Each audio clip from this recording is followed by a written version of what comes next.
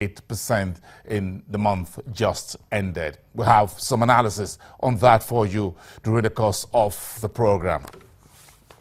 Meanwhile, oil prices are falling by nearly 3% after Iran put off plans to join the nations proposing a freeze on production.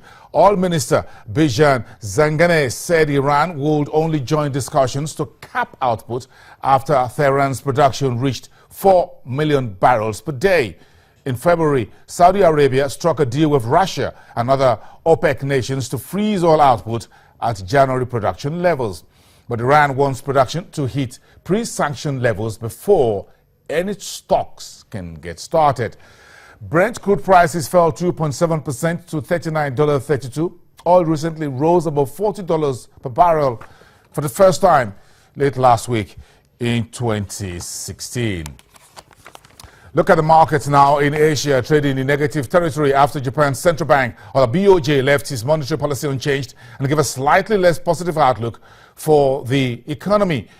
Investor sentiment was also hurt by oil prices, which fell nearly 3% after Iran put off plans to join the countries proposing a freeze on oil output. Tokyo's Nikkei 225 lost more than 1% on the Bank of Japan's announcement. The index finished the session down 0.7%. Hong Kong's Hang Seng Index ended the day down 0.75% at 20,288, while the Shanghai Composite closed 0.2% higher at 2,864. South Korea's benchmark Kospi Index down 0.12%.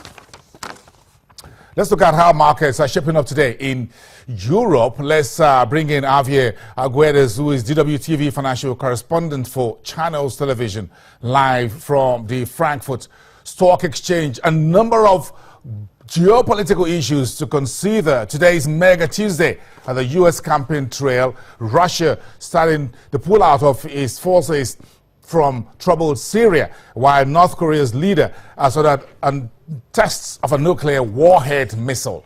So, Javier, talk to us. Good afternoon. How are the markets reacting to these geopolitical headlines this Tuesday?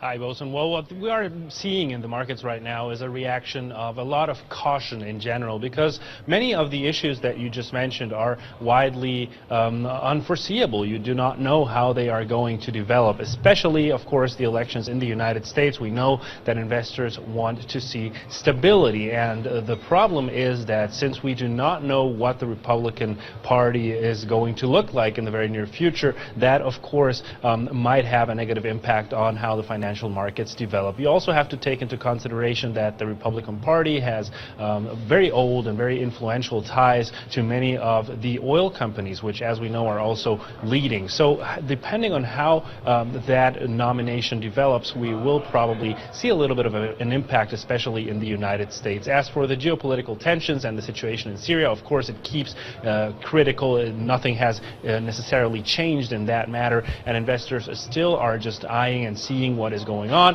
but we cannot talk about a specific impact of this particular move by Russia, since it will probably not lead to any market movements, at least not for the time being.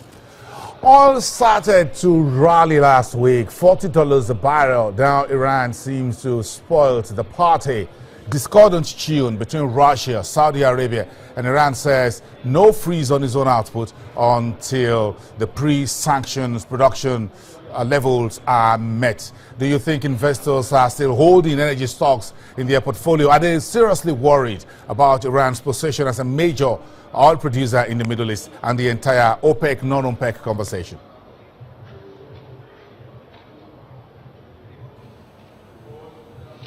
Yes, well, that has been a long story, and we know that it has never been really an issue that has brought a lot of optimism into the markets, because we know that even if they agree to a oil production freeze, that would not necessarily bring the long-haul stability that many investors were hoping for, at least from the beginning of this year. Now, what we are seeing is that the negotiations are not moving forward. It is easy to understand the position of Iran, especially since they are just re-entering the oil market market. So what investors probably are waiting to see is how this is going to directly impact the oil price. We cannot necessarily say that this relative stability that we've seen in the last couple of days was because they were assuming that there would be an agreement, but more because they assumed that demand is going to pick up a little bit, and that is why we have seen a little bit of a stable oil price. Now, the oil prices, of course, are dropping right now, at least a little bit, and that is having a negative impact on the energy companies, as you just mentioned, because they are very sensitive to any type of movement in the oil price, and that is possibly going to stay. So we are there for a period of instability, especially volatility in the energy stocks. Okay, let's wrap it up on the troubled automaker Volkswagen. Some German institutional investors, more than 200 of them, are suing VW $3.7 billion for diesel deception. Bring us up to speed on this, Javier.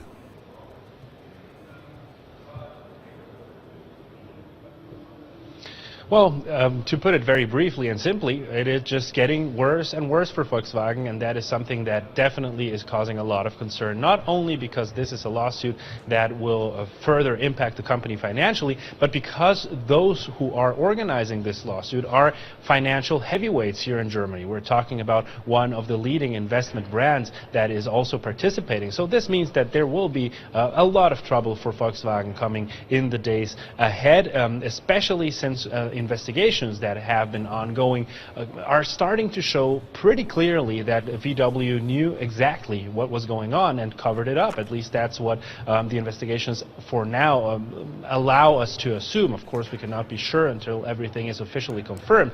But at this stage, that is something that is causing a lot of trouble for investors, especially because, of course, companies are obliged. They are supposed to tell any type of investor that might get affected negatively by any development of the company how things are going. And if VW really knew what was going on and covered it up, it did not only cover it up in front of authorities, it also covered it up in front of investors. And now they will definitely claim that money that they lost. Remember that the losses on company value, at least at the beginning of the scandal, were more than 40%. So it's a lot of people losing a lot of money, and they sure will do whatever it takes to get that money back. Yes, the investors don't like losing money when you delay information getting to them about what you're doing right or perhaps what's going wrong. Javier Aguedas, enjoy the rest of your day and the rest of DWT in Frankfurt at the Frankfurt Stock Exchange. Javier Aguedas there for Channels Television from DWTV. Now, Africa's largest economy is now reporting a seriously negative inflation for the month of February, 11.4%, spooking all forecasts as to what is being reported. That's hot on the wire. We'll talk about that right after the break. Stick around. Don't go anywhere.